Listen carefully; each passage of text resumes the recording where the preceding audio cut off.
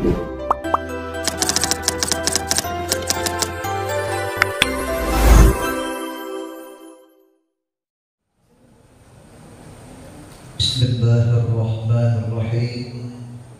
Assalamualaikum warahmatullahi wabarakatuh.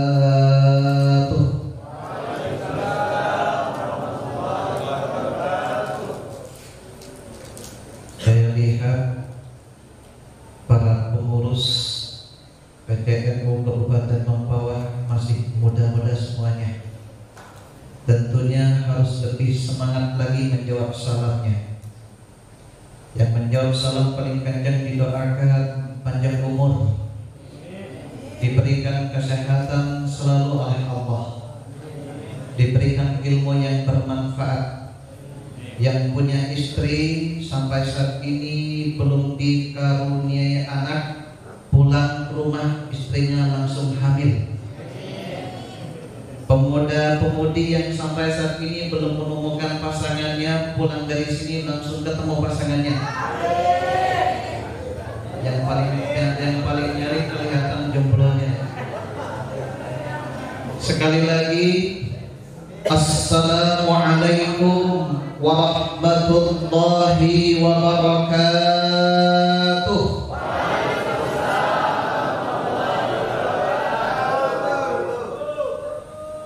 Alhamdulillahilladzi wa kafa, wassalatu wassalamu ala nabiyil mustafa wa ala alihi wa sahbihi ahli sidqi wal wafa, amma ba'd. Qala Allah ta'ala fi kitabihil karim, a'udzu billahi minasy syaithanir rajim.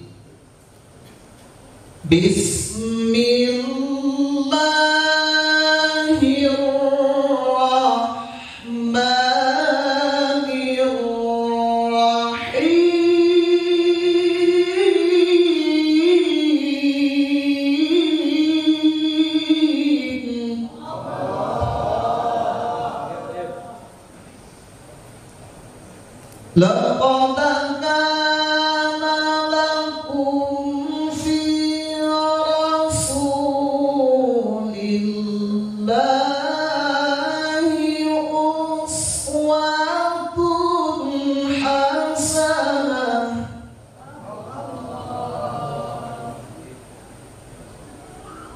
أسوة حسنة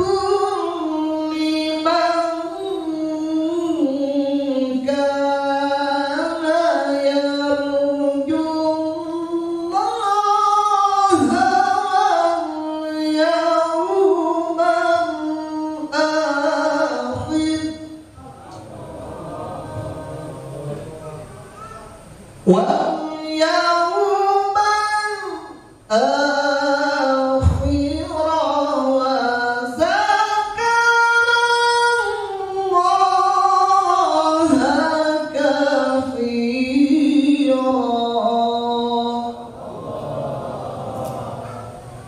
صدق الله العظيم.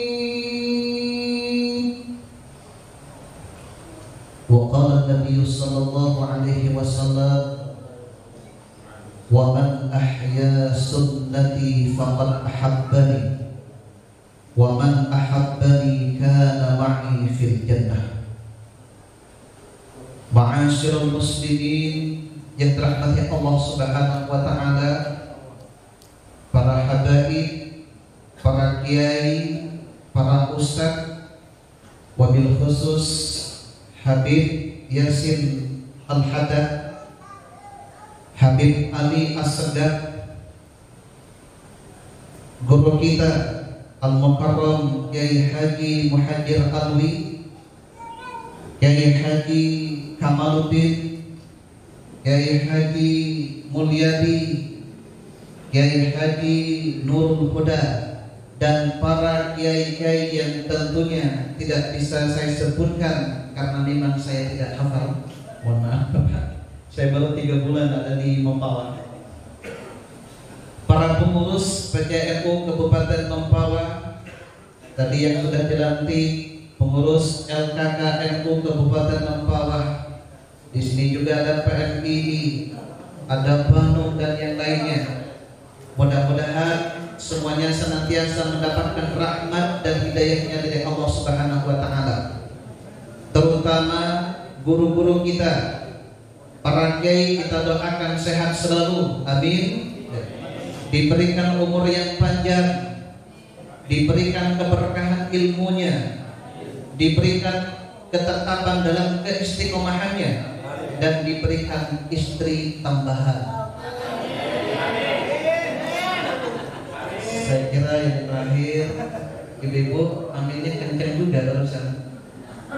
Keceplosan Bu. Yang terakhir saya kira nanti saja diaminkan. Tetapi kalau untuk kiai-kiai biasanya lebih berwibawa kalau lebih dari satu. Ya. Kalau di Madura, kalau di Mempawah saya kira nggak tahu. Saya kira nggak jauh beda. Bapak-bapak, ibu yang dirahmati Allah Subhanahu wa taala, sebelumnya saya mohon maaf para kiai, para habaib. Tentunya sebenarnya saya tidak pantas berdiri di hadapan beliau-beliau karena usia saya masih 30-an, Bapak. 30-an, tapi saya hadir ya karena saya selaku ketua LKNU, Bapak. Ya wayahna ya harus hadir dan harus mau. Ya mudah-mudahan apa yang saya sampaikan kalau benar diambil, kalau tidak benar silakan buang jauh-jauh. Kalaupun apa yang saya sampaikan ternyata bertentangan dengan apa yang sudah disampaikan oleh para habaib, para kiai, tolong ambil pendapat beliau. Saya hanya makmum saja. Setuju? Setuju. Yang saya hormati aparatur pemerintah, hadir Bapak. Kepala desa ada? Oh ini Bapak. Sehat Bapak? Alhamdulillah. Pak RT ada? Enggak ada. Kita doakan pemimpin-pemimpin kita mulai dari RT, lurah, bupati, gubernur, bahkan presiden bisa menjadi pemimpin yang amanah, menjadi pemimpin yang bisa meneladani Rasulullah SAW. Kenapa bisa seperti itu? Karena kalau Rasulullah dikatakan presiden adalah presidennya presiden, dikatakan komandan-komandannya para komandan, dikatakan pimpinan perang adalah pimpinan satu-satunya yang gagah berani, yang selalu berada di barisan paling depan, yang kadang-kadang dahinya bercucuran darah, giginya rontok karena sembakan tombak. Itu adalah Rasulullah SAW. Sampai saat ini pula belum kita temukan pemimpin-pemimpin yang sama dengan Rasulullah. Betul? Banyak pemimpin kita ketika pencalonan mendekati wong cilik, betul? Setelah jadi pemimpin menjadi wong licik. Kadang-kadang mendekati orang-orang melarat, setelah menjadi pemimpin mereka menjadi kepala, betul? Tetapi insya Allah pemimpin-pemimpin kita terutama di Mempawah menjadi pemimpin yang amanah, pemimpin yang mendekati kepemimpinan Rasulullah SAW. Amin ya rabbal alamin. Salatuhu wa salamuhu mudah-mudahan tetap tercurahkan kepada kehadiran Nabi kita Muhammad sallallahu alaihi wasallam, kepada keluarganya, para sahabatnya, para tabi'in dan tabi'in dan kepada kita semuanya. Dan tentunya yang sangat kita harapkan, kita mengatakan kita memperingati Maulid Nabi Muhammad sallallahu alaihi wasallam, kita ingin mendapatkan cintanya Rasulullah. Betul kagak? Betul kagak? Pingin mendapatkan cintanya Rasul? Pingin? Pingin aja, pingin. Bahasa kerennya begitu. Kalau kita ingin mendapatkan cintanya Rasulullah SAW yang sudah dijelaskan oleh guru kita barusan, yang pertama kita harus kenal siapa itu Rasulullah. Bapak Ibu sudah kenal belum? Ada lagunya, betul? Lagunya masih apa Bapak Ibu? Tak kenal makanya tak sayang, tak sayang makanya tak cinta. Masih apa Bapak Ibu? Tentunya Bapak Ibu, kalau kita ingin mendapatkan cintanya Rasul, Rasulullah, kita harus mengenal siapa itu Rasulullah. Rasulullah adalah manusia biasa tetapi luar biasa. Sering kita mendengarkan di Al-Barzanji, di situ dikatakan Muhammadun basyarun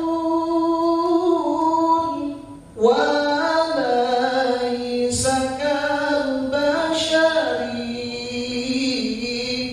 bal huwa yaqutatun wa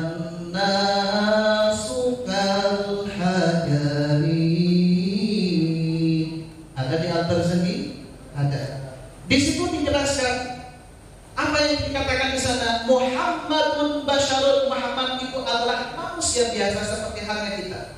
Maka minumnya sama, aktivitasnya sama. Tetapi di situ walaisa kal basyari, bukan manusia yang biasa seperti halnya kita, tetapi manusia yang sungguh luar biasa. Di situ diibaratkan bal huwa yaqutatun. Nabi Muhammad itu diibaratkan batu yakut. Tahu batu yakut kan? Tahu? Ini batu ali Bapak. Batu yakut, tapi kalau batunya itu yang bagus, harganya mahal, betul? Bahkan bisa jutaan, bahkan puluhan juta. Itu kalau yakut yang sungguh luar biasa. Tetapi kita selaku manusia biasa, di sana dikatakan wan nasu kal hajari, kita seperti halnya batu bata. Batu bata tahu Bu? Harganya berapa? 2.000. Enggak ada harganya dibanding batu yakut. Tetapi dengan adanya berkumpul seperti halnya saat ini, PTNU, pengurus PTNU semuanya menjadi teamwork bersatu antara satu dengan yang lainnya, dikumpulkan bisa menjadi luar biasa, betul nggak? Kalau bata dikumpulkan kemudian menjadi rumah mewah, harganya berapa? Bisa melihat, betul nggak? Menjadi bangunan, misalnya bangunan NU seperti halnya ini, Pak Kamal katanya mau membangun ya, saya kira banyak di grup-grup itu. Mudah-mudahan segera dibangun ya, tidak banjir lagi dan kita semuanya bisa menempati ini semuanya insyaallah. Amin ya rabbal alamin. Oleh karena itu kita harus senang-senang berkumpul seperti halnya saat ini biar kita menjadi mulia fid dunya, mulia fil akhirah. Siap Bapak Ibu? Insya Allah. Jadi yang pertama, kalau kita ingin mendapatkan cinta ya Rasulullah SAW, kita harus kenal siapa Rasulullah SAW, manusia biasa tetapi luar biasa. Bahkan kita ketahui bersama saking mulianya Rasulullah SAW, sebelum dilahirkan ke dunia, nama Muhammad sudah dikenal, betul? Ketika Allah Subhanahu wa taala mengatakan di dalam Al-Qur'an surah Al-Baqarah ayat 38, Bismillahirrahmanirrahim.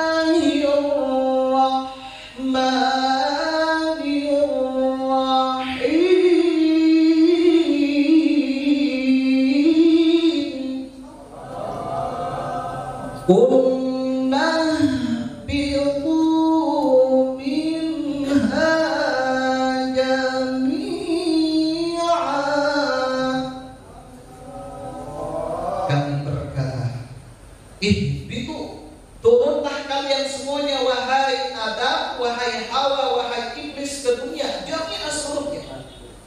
Ketika Nabi Adam diturunkan ke dunia, diceritakan di dalam sejarah Nabi Adam itu sujud kurang lebih 100 tahun lamanya di atas batu Bapak Ibu. Berapa lamanya Bapak Ibu? 100 tahun. Kira-kira kalau Bapak Ibu suruh sujud 100 tahun kuat enggak? Kalau kita sholat tarawih, kemudian sholatnya lama, sujudnya lama, kadang-kadang sepi itu, betul nggak? Kadang-kadang kalau kita bertanya kepada teman masjid atau musola mana yang tercepat, disitulah yang banyak jemaahnya. Berbeda dengan Nabi Adam alaihissalam Bapak Ibu, 100 tahun namanya sujud di batu berdoa kepada Allah Subhanahu wa taala. Rabbana zalamna anfusana wa illam taghfir lana wa tarhamna lanakunanna minal khasirin. Di situ Bapak Ibu menangis Nabi Adam. Diceritakan di dalam sejarah itu air mata yang mengalir yang membasahi batu tersebut. Di sekelilingnya itu tumbuh pohon-pohonan rindang. Setelah 100 tahun Nabi Adam melihat ke langit. Di atas langit tertulis La ilaha illallah Muhammadur Rasulullah. Nabi Adam bertanya kepada Allah Subhanahu wa ta'ala, "Man huwa ya Allah?" Siapa dia ya Allah? Bukankah selama ini yang manusia yang ada itu hanya aku dengan istriku Hawa? Allah menjawab, "Hada ismun min asma'i auladik." Ini adalah nama dari nama-nama keturunanmu. Disitulah Nabi Adam alaihissalam Bapak Ibu mengambil kesempatan. Apa kata Nabi Adam alaihissalam? Inni atawassalu bihadzal ism. Aku bertawassul dengan nama Muhammad yang ada di sampingmu ya Allah. Antal firali, ampuni dosa-dosaku. Maka pada saat itu fataba alaikum innahu huwat tawwabur rahim. Quran surah Al-Baqarah ayat 37. Fatalaqa Adamu min rabbih kalimatin fataba alaihi innahu huwat tawwabur rahim. Kalau kita perhatikan Bapak Ibu, di sini Nabi Adam baru mendapatkan ampunan Allah Subhanahu wa taala karena bertawassul kepada Muhammad sallallahu alaihi wasallam. Jadi kalau saat ini Bapak Ibu ada orang-orang yang mengharamkan tawassul, berarti orang yang tidak tahu saja. Nabi Adam saja yang kita sebut dengan bapaknya manusia, di sana untuk mendapatkan ampunan saja harus di sana bertawassul kepada Nabi Muhammad SAW, apalagi kita yang bukan Nabi. Makanya tadi alhamdulillah kita bertawassul. Setiap saat kita tahlilan bertawassul kepada Rasulullah SAW. Mudah-mudahan dosa kita diampuni oleh Allah Subhanahu wa taala. Ma'asyiral muslimin yang dirahmati Allah Subhanahu wa taala, saking luar biasanya Rasulullah dikenal sebelum dilahirkan.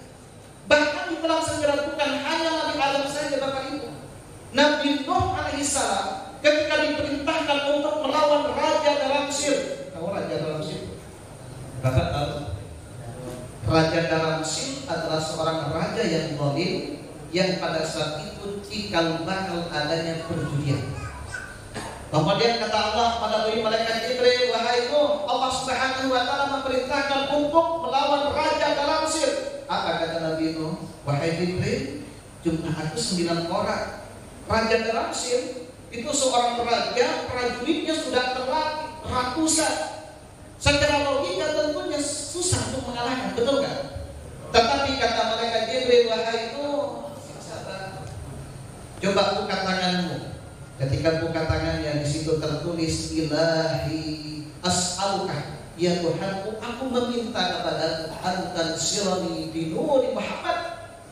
Berikanlah aku pertolongan dengan nur Muhammad. Artinya Nabi Nuh saja untuk mengalahkan Raja Daramsil bertawassul kepada Nabi Muhammad sallallahu alaihi wasallam. Kalau Bapak Ibu terkenal dulu atau lahir dulu baru terkenal? Lahir dulu baru terkenal. Bahkan kadang-kadang untuk memberi nama pun kadang-kadang selalu dinisbatkan dengan nama bulannya, betul? Kalau lahirnya Desember namanya Desi. Kalau November Novi.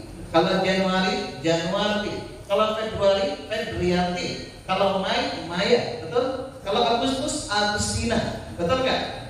Padahal Bapak Ibu, kalau kita lihat nama-nama yang dinisbatkan ke nama bulan-bulan Masehi, nama bulan Masehi itu sebenarnya diambil dari nama-nama dewa Romawi yang disembah oleh mereka. Kita lihat Januari berasal dari nama dewa Januar yang bermuka dua, hitam dan putih, yang mengetahui masa depan dan masa belakang. Februari itu adalah nama dewa Februari, dewa kesucian. Kemudian Maret adalah nama dewa perang. Maya adalah nama dewa kecantikan. April, Junus, Agusta, Julius itu adalah nama-nama kaisar Romawi. Tetapi aneh, masih banyak orang-orang kita yang ketika lahirnya di Desember masih menamakan Kalau Januari kan tadi Januarti, kalau Februari Febrianti, kalau Maya, kalau Maret Maerot. Katakan Ma'asyiral muslimin, bapak-bapak, ibu-ibu yang rahmati Allah Subhanahu wa taala. Yang kedua, kalau kita ingin mendapatkan cintanya Rasulullah sallallahu alaihi wasallam, tentu kita harus membuktikan cintanya itu dengan meneladani Rasulullah sallallahu alaihi wasallam. Di dalam Al-Quran surah Al-Ahzab yang sudah disebutkan tadi, sungguh pada diri Nabi Muhammad sallallahu alaihi wasallam itu terdapat suri tauladan yang baik. Betul nggak? Yang pertama, coba kita koreksi. Dalam ibadah kita, apakah sudah bisa meneladani Rasulullah sallallahu alaihi wasallam? Coba saya bertanya, kalau bapak ibu sholat tujuannya ingin masuk apa tuh? Ingin mendapatkan apa? Jauh dari neraka. Padahal kita ketahui bersama di dalam hadis Sahih Muslim dikatakan, la yudkhila ahadukumul jannah. Amal-amal kalian, kata Rasulullah sallallahu alaihi wasallam, salat, puasa, haji, baca Al-Qur'an, la yadkhula ahadukumul jannah, tidak akan pernah bisa membawa masuk surganya Allah. Abu, sholat kita kadang bisa membawa masuk surganya Allah. Dalam hadis tersebut, di situ bukan menggunakan lam ya, di situ menggunakan lam. Kalau lam sekarang tidak, besok bisa menjadi iya. Tetapi kalau menggunakan lam harf nafyin wa nasbin, huruf nasab, maka di sana sekarang tidak, besok juga tidak. Fa illam taf'alu wa lan taf'alu. Di dalam Al-Qur'an Allah Subhanahu wa taala mengatakan. Akhirnya para sahabat bingung pada saat itu. Bapak Ibu bingung kan? Waduh, selama ini aku melaksanakan sholat ini masuk surga loh. Aku takut masuk nerakanya Allah. Betul nggak? Tetapi sahabat karena bingung bertanya kepada Rasulullah SAW, wala anta ya Rasulullah, bagaimana denganmu ya Rasul? Apakah sholatmu, ibadahmu itu membawa masuk surganya Allah Subhanahu wa taala? Qala Rasulullah menjawab, wala ana, amal-amalanku juga tidak akan pernah bisa membawa masuk surganya Allah. Coba kita lihat amal ibadahnya Rasulullah sungguh luar biasa ya, betul nggak? Kadang-kadang kita katakan bersama, karena saking lamanya Rasulullah berdiri melaksanakan qiyamul lail, kakinya bengkak, betul nggak? Sehingga Siti Aisyah pernah bertanya, pernah memberikan syarat kepada Rasulullah, ya Rasul, kakimu bengkak karena saking lama berdiri. Coba 1 hari 2 hari saja libur tidak qiyamul lail, kasihan kakimu sakit. Apa kata Rasulullah? Justru karena aku sudah dijamin masuk surga, aku malu kepada Allah Subhanahu wa taala kalau aku bukan termasuk orang yang bersyukur kepada Allah. Kalau Bapak Ibu saking banyaknya sholat pernah bengkak nggak kakinya? Bu, Bapak pernah bengkak nggak kakinya? Bengkaknya bukan karena berdiri, tetapi karena asam urat. Betul nggak? Maka seluruh muslimin yang rahmati Allah Subhanahu wa taala. Kemudian Rasulullah mengatakan, inna ayyatarammadani Allahu bi rahmati, amal-amalan yang bisa membawa masuk surganya Allah Subhanahu wa taala adalah karena ingin mendapatkan rahmatnya Allah.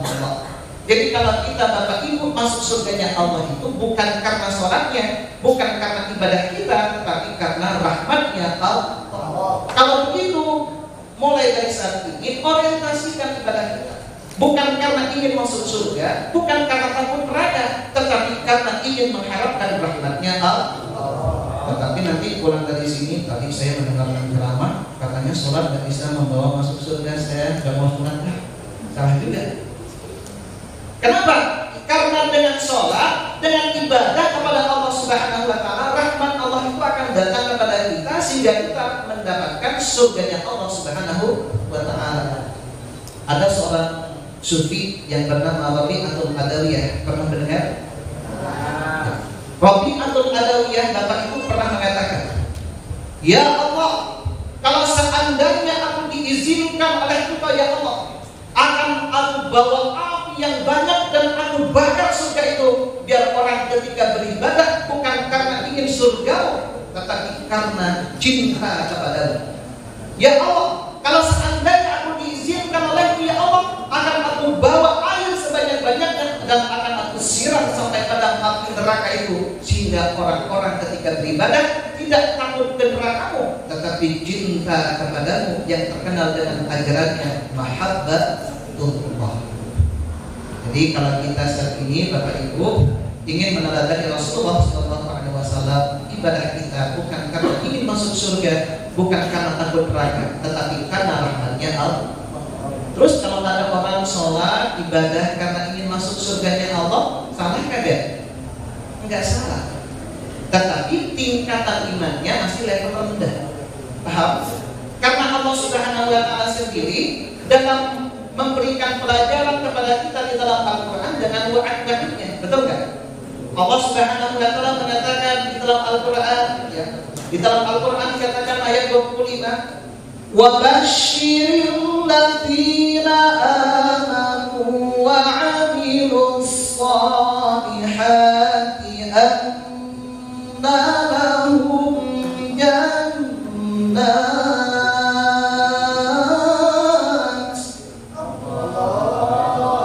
Kabar Muhammad kepada orang yang beriman, orang yang beramal soleh untuk mendapatkan surganya Allah.